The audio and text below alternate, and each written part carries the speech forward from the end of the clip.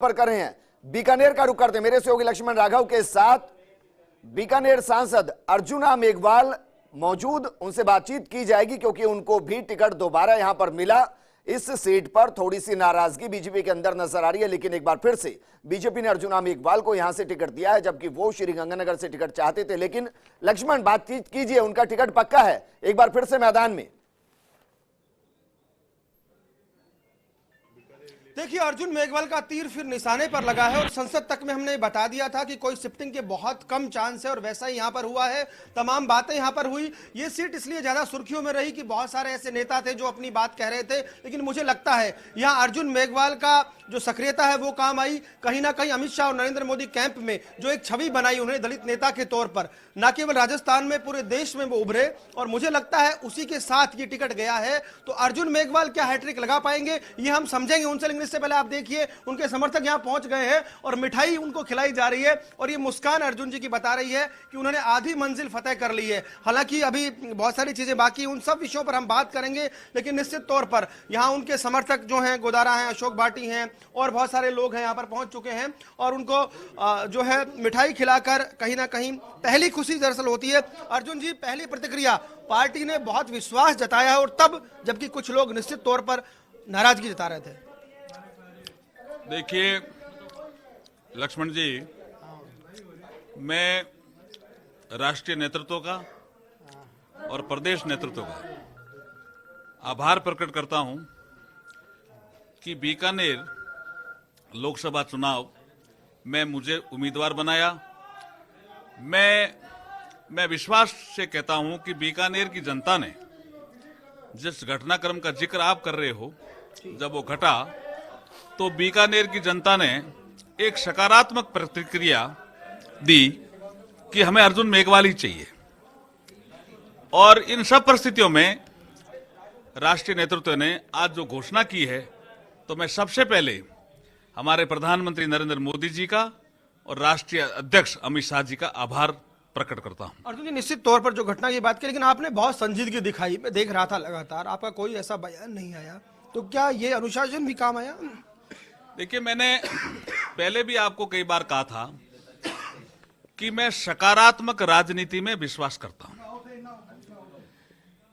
Positive politics में आप अपना काम करते चलो और आपके काम को जनता भी देखती है, परखती भी है। मैं ये लोकतंत्र जो परिपक्व हुआ है, इसमें पूर्ण विश्वास के साथ कह सकता हूं कि जनता काम को देखती भी है और परखती भी है। निश्चित तौर पर पहली लिस्ट में नाम आना, जिम्मेदारी भी बढ़ती है, पार्टी का नंबर बढ़े। निश्चित रूप से जो आज विश्वास प्रकट किया है राष्ट्रीय नेतृत्व ने और प्रदेश नेतृत्व ने, मैं मेरे कार्यकर्ताओं की ओर से और पूरा आभार प्रकट करता हूं और मैं ये विश्वास दिलाता हूं कि ये सीट भारतीय जनता पार्टी की झोली में जाएगी। अर्धांगिनी आपके साथ है, नगर लक्ष्मण, एक दो सवाल और उनसे कर पाए। होली का दिन है, अच्छा भी लग रहा है। मोदी जी देखो, मोदी जी के सब मोदी जी कर रहे हैं, सब मोदी जी को जिता के ही लाएंगे। जी विजेंद्र, पूछिए आप सवाल। हम जी बिल्कुल लक्ष्मण, एक तो यकीनन धर्मपत्नियां तो उनको विश्वास है। मेरे सवाल दो, एक तो ये कि होली का त्योहार है, इस दिन गाना चलता है दुश्मन भी गले मिल जाते हैं, तो क्या वो यहां पर होता हुआ दिखाई देगा? रामा श्यामा बहुत विख्यात, तो रामा श्यामा करने चले जाएंगे? और तीसरा ये कि फर्स्ट इंडिया पर जब सबसे पहले जुड़ी गए हैं, तो ये वादे बता दे जिनके दम पर वो चुनाव में आने वाले। सवाल ये बना देता हूं इसको जी। देखिए, इसको दो सवाल में तोड़ लेता हूं मैं विजेंद्र। होली का त्योहार है, खुशियों के रंग तो है ही, लेकिन कहते हैं कि होली एक संदेश भी देता है कि दुश्मनों को भी गले लगा लीजिए। देखिए, होली सामाजिक समरसता बढ़ाने वाला त्योहार है और हम उसमें बिलीव करते हैं जी। मैं मनसा वाचा कर्मणा, इन चीजों में बिलीव करता हूं। मैंने पहले भी कई बार कहा है। तो क्या लगता है, टिकट मिल गई है, किन मुद्दों पर बीकानेर का चुनाव होगा और क्या गिले शिकवे दूर होकर गले लगेंगे? देखिए, भारतीय जनता पार्टी एकजुट होकर के, एक मुखी होकर के ये चुनाव लड़ेगी। बहुत महत्वपूर्ण चुनाव है ये, और जैसे मैंने पहले कहा कि बीकानेर की जनता ये सीट भारतीय जनता पार्टी की झोली में डालेगी। क्या आप कार्यकर्ता हैं, लगातार जुड़े रहे, क्या कहेंगे, कैसा लग रहा है? क्या लगता है कि आप मंजिल तय कर लेंगे? मंजिल आदि हमने तय कर ली है और माननीय मोदी जी और माननीय हमारे मंत्री जी के नेतृत्व में हम पूरी मंजिल तय करेंगे। बिल्कुल। तो देखिए सबसे बड़ी खबर, अर्जुन मेघवाल को तीसरी बार पार्टी ने आजमाया है।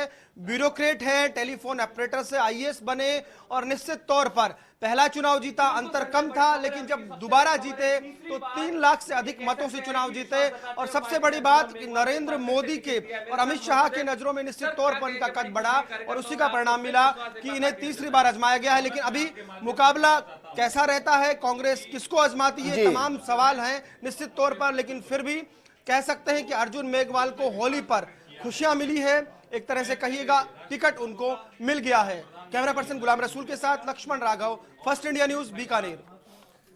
जी बिल्कुल राघव, शुक्रिया एक्सक्लूसिवली बातचीत करने के लिए मंत्री साहब के साथ। और वाकई में खुशी नजर आ रही है और जिस तरीके से कार्यकर्ता मुंह मीठा करा रहे हैं, एक्सक्लूसिव तस्वीरें फर्स्ट इंडिया पर आप देख पा रहे हैं। सबसे पहले गजेंद्र सिंह शेखावत से बातचीत हमने की, अर्जुना मेघवाल से बातचीत हमने की। दरअसल 16 नामों पर मोहर यहां पर बीजेपी ने लगा दी है।